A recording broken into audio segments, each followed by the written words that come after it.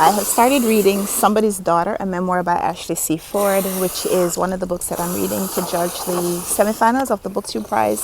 I'm reading nonfiction this round, and I'm really intrigued, and like the start of this book appeals to me. Like this memoir is giving us two different reactions to familial relationships. The book starts, I guess, with a prologue with a letter from the father who's been in prison for 20 years and is finally getting a letter from his daughter after 20 years of incarceration. And that just kind of sets up, how close is this father-daughter if they haven't spoken or corresponded by letter for 20 years.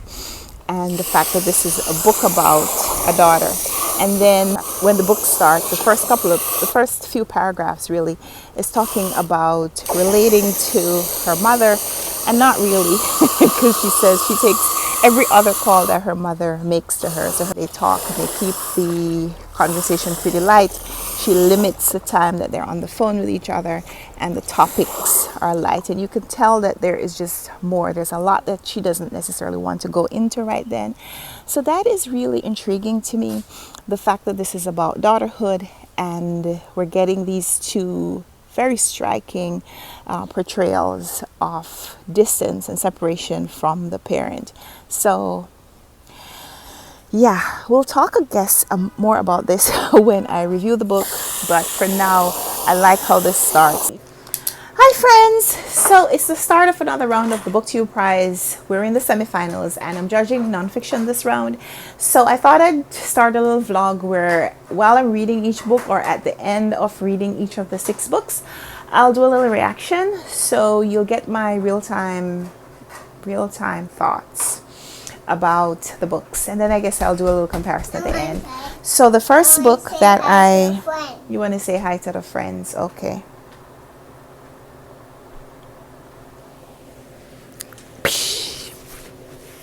Hi friends. Hi friends. Thank you. Thank you. See you later. See you later. Okay, bye. Bye. Okay.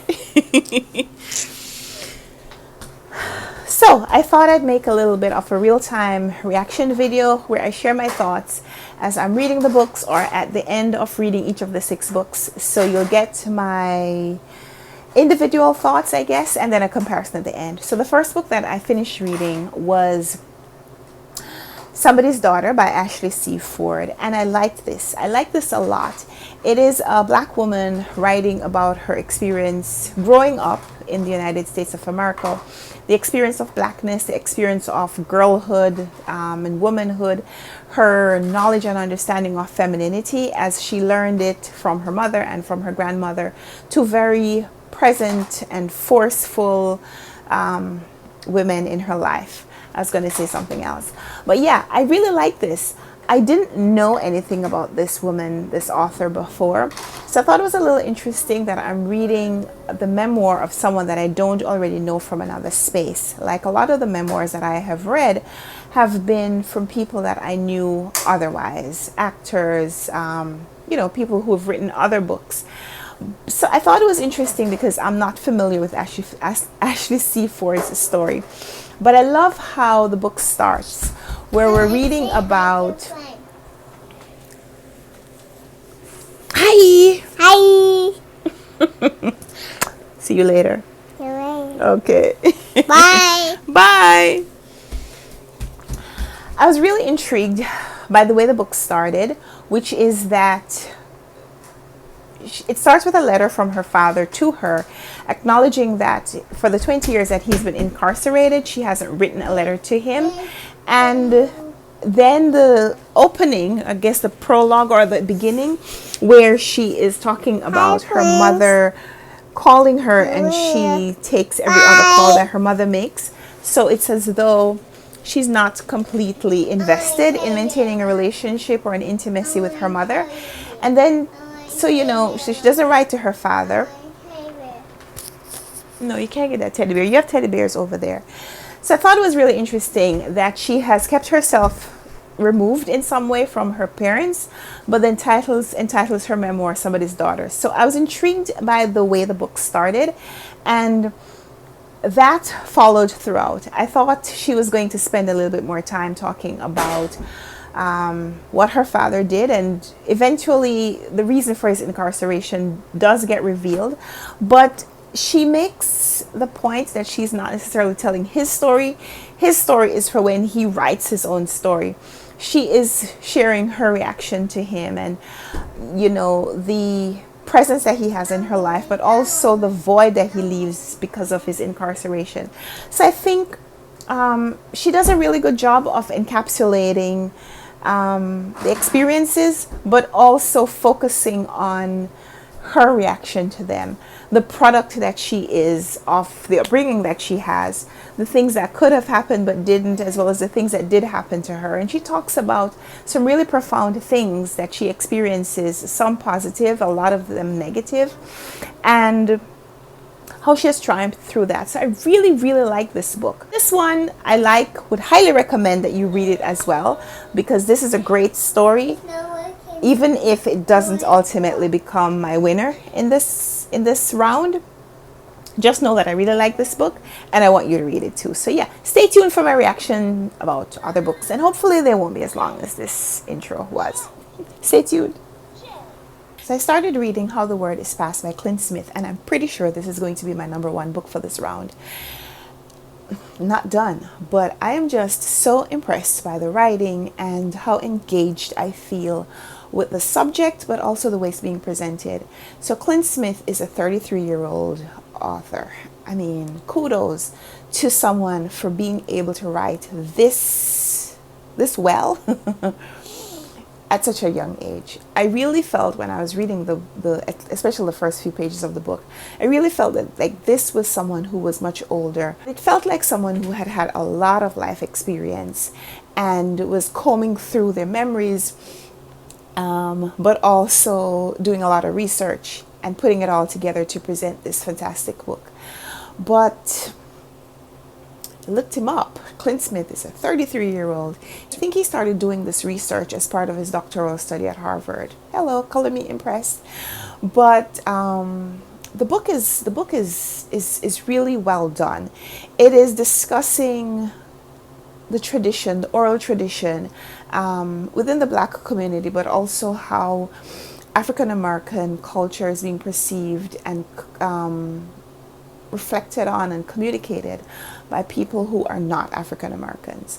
So he talks about the history of the United States as it impacted African Americans, but also how the shift of perception happens with what is talked about. So this sentence, how the word is passed, seems to have come from a conversation that he was having with someone, and it seems like the quote actually comes from somebody else, which I think is really cool, to have the title of your book be something that comes from someone else. And so interesting, because yesterday my husband and I were having a chat about something, and I made this statement, and he said that would be a cool title for a book, and I was like, yeah, actually it would. And so yeah, maybe that's the book that I'm going to write. But that's aside. Clint Smith, How the Word is Passed. So far, really enjoying this one. The first 3 chapters are about his visits to certain places on the American landscape, and talking about the discussion, how the oral tradition of discussion about these places has evolved. So he visits the Monticello plantation, Thomas Jefferson's home, and the place where he kept slaves, but also where he drafted probably some of the most important words for American culture, which is a Declaration of Independence. He visited the Angola prison. Really love how he's communicating what he is learning about these places, and how he is learning about African American history and American history, but also how other people, you see their shift in understanding as they visit these places. So for now, we're going to say that this is my #1 book, because I don't know how it could be surpassed.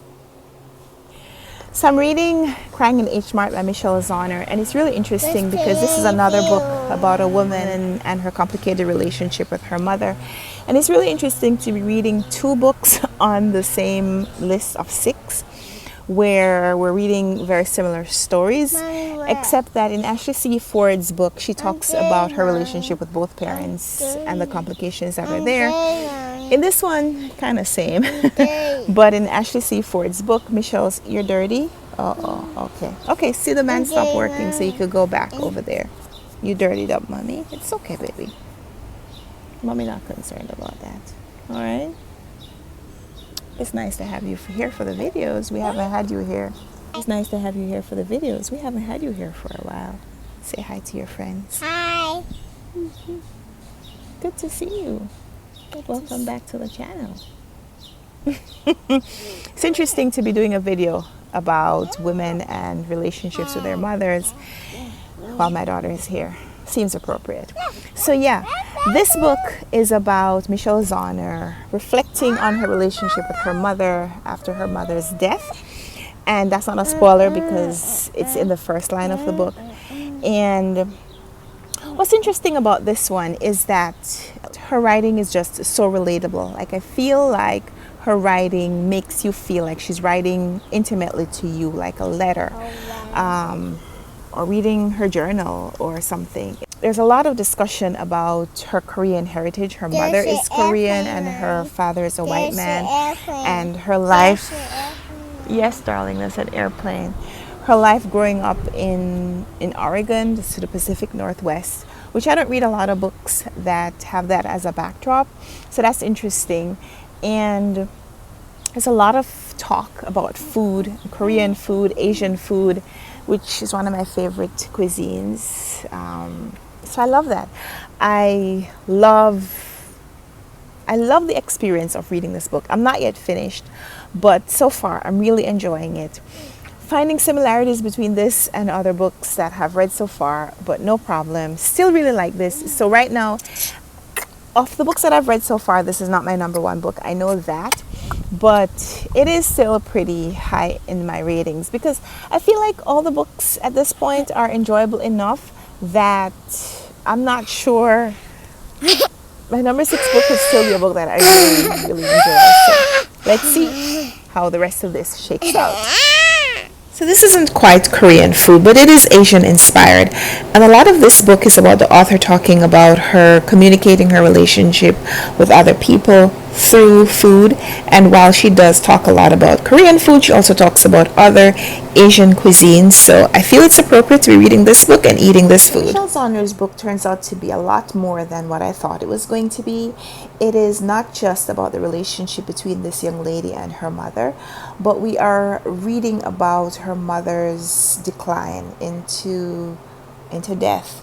You know, she's sick, and we see the author and her father and her other Korean relatives all rallying around and trying to help the mother. So it's a big discussion, it's a big exploration into the inadequacy that caregivers feel, and being able to see, you know, someone kind of dying on the pages. So it's really shocking how much of a revelation this book is. So I don't want to say that I'm enjoying it, but it seems like a really important book. But ultimately, as much as I feel like this book is fantastic, I also don't feel like this is the book that's going to win, at least not for me in this round. So I'll have to wrap it up.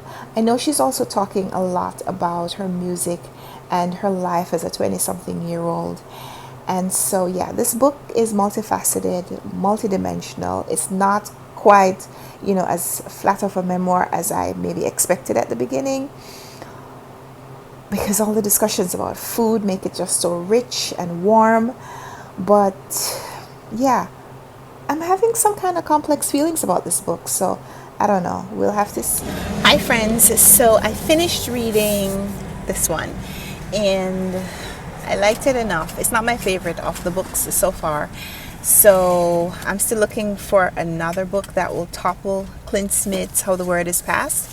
but I may have found it.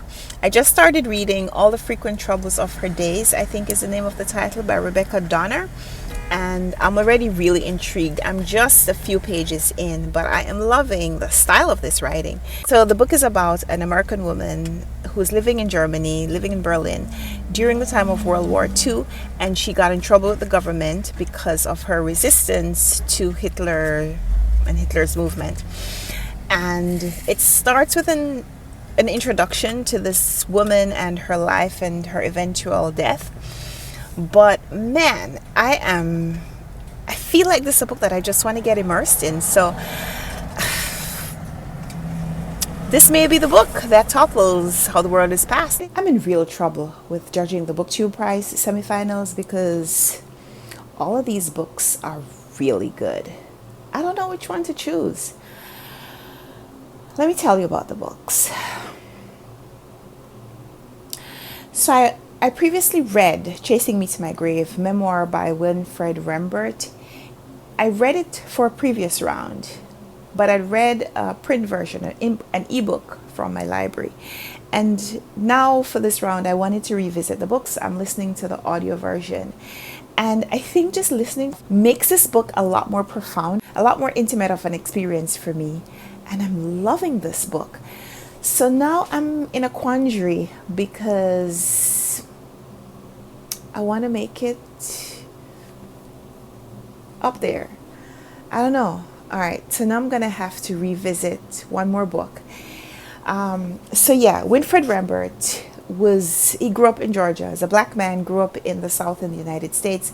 And he is talking about his life, his early life and his experience with racial prejudice and how he fights hate and finds love for himself, and how he takes all his myriad of experiences and turns them into art that represents the breadth of blackness, how he represents the experience of hate, experience of love, the experience of unity and separation. Oh man, and his art is just fantastic. Expressions that he uses to communicate his experiences, they are haunting and they are very well delivered. It's not just a memoir, it is a representation of history. And I love the writing, I love the writing style, I love the tone. There's so much to really appreciate from this book. I want all of these books to win. So that's my quandary for today. I don't know which book now is my number one. So I started rereading this book, The Little Devil in America by Hanif Abdura, and like I said, this is a reread because I read it for an earlier round of the Booktube Prize, and I still like this book. It's not my favorite of the 6. I know that much. It's not quite my favorite, but I think this book is really, really well delivered and also really important because it celebrates Black performance and in a lot of ways celebrates Black culture and Black joy and the importance of portraying what moves us as a race. What are some of the things that inspires us to move? And of course, it talks about forced movement and why people move sometimes in response to stimuli that's not necessarily positive. Forced performance. But it also honors, I think, Black culture and what are some of the things that drives us to do things that we do, like celebrate life and celebrate a life lived, dance and movement and just the spirit of Blackness. And so I feel like this book is just so beautiful, so well delivered,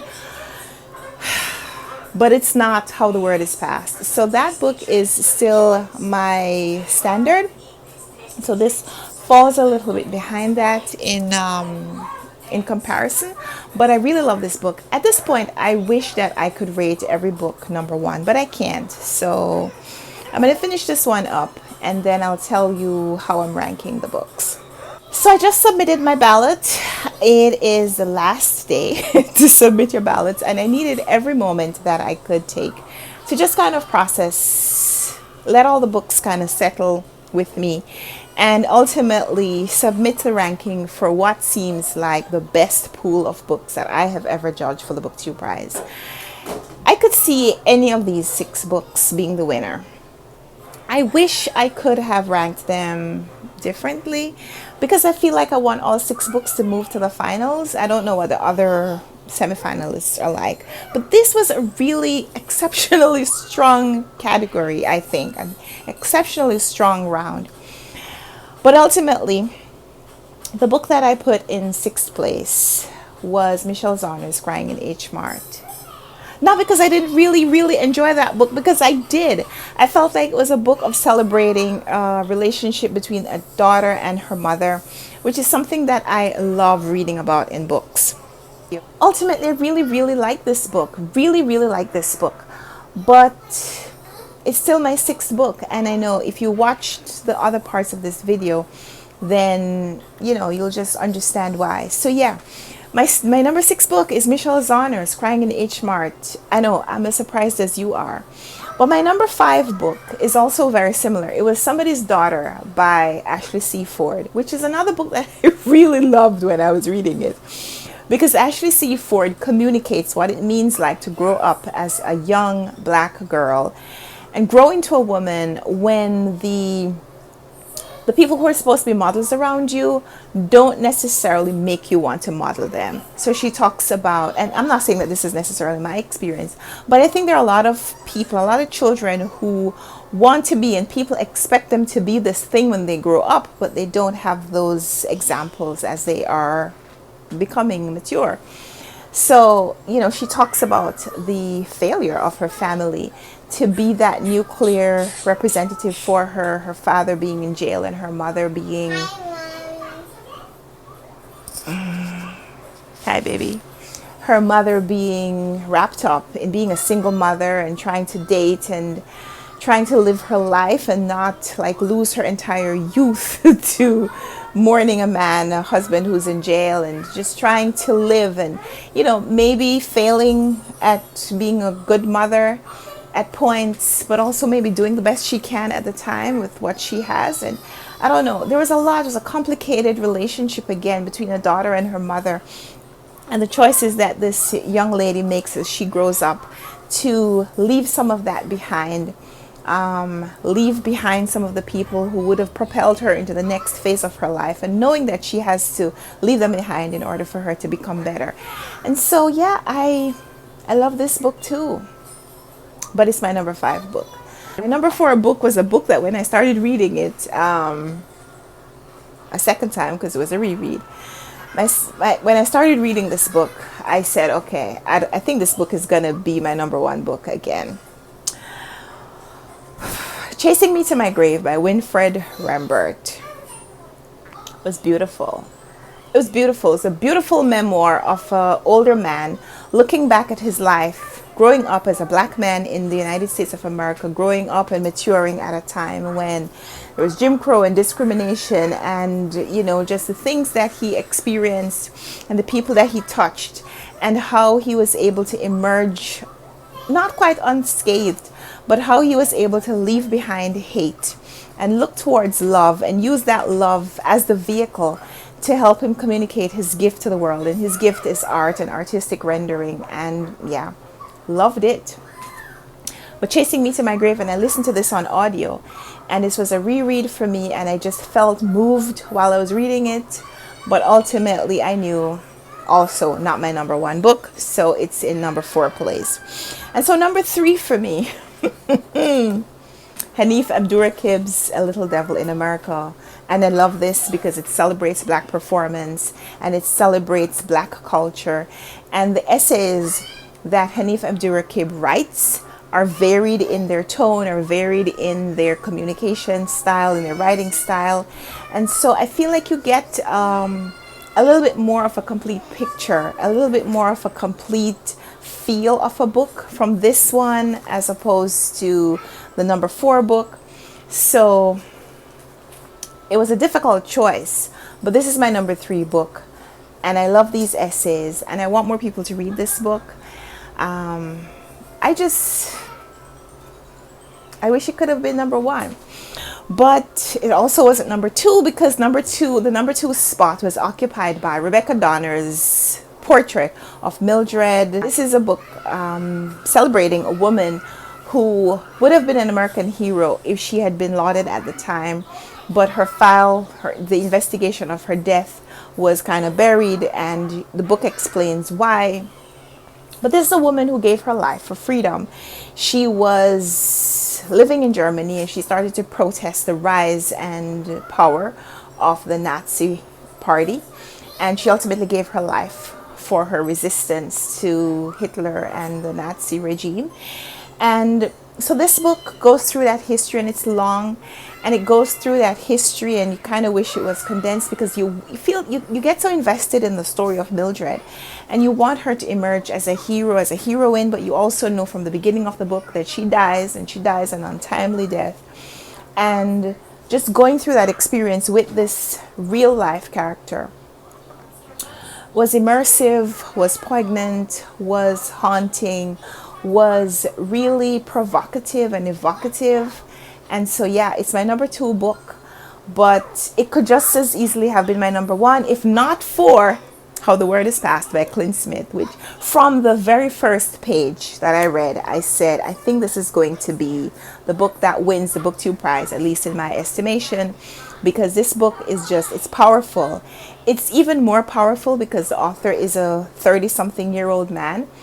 And he writes with this grasp of the rich history of America and American blackness, but also just the history of America behind us and what it means to be alive, not just to be a black man, not just to be a man, but to be a person in the United States of America in 2020s, and the experiences that are happening around you and that you are a part of, but also that you feel like if you know your past that you can change. And it celebrates history and oral history and all of that. And so yeah, this book is powerful, and I want everyone to read it. And regardless of what happens in the finals, this is the book that wins the Booktube Prize for me. So I guess we'll have to come back here at the end of the next round and see, how this shakes out. So yeah, that's my reaction to Booktube Prize for the semifinals. And look who is here. Hi, it's your friends. Say hi. Hi. Did you miss them? What's on your hand? What's on your hand? Your hands are sticky? Why are your hands wet and sticky? What were you eating? I'm eating lollipop. You're eating lollipop? Okay, so go eat your lollipop. Mommy loves you. Say bye to your friends. You see them in another video, okay? So see you next time. Bye. Bye. See you next time. Bye. Okay. Thank you, baby. That's your friend. It's your friends.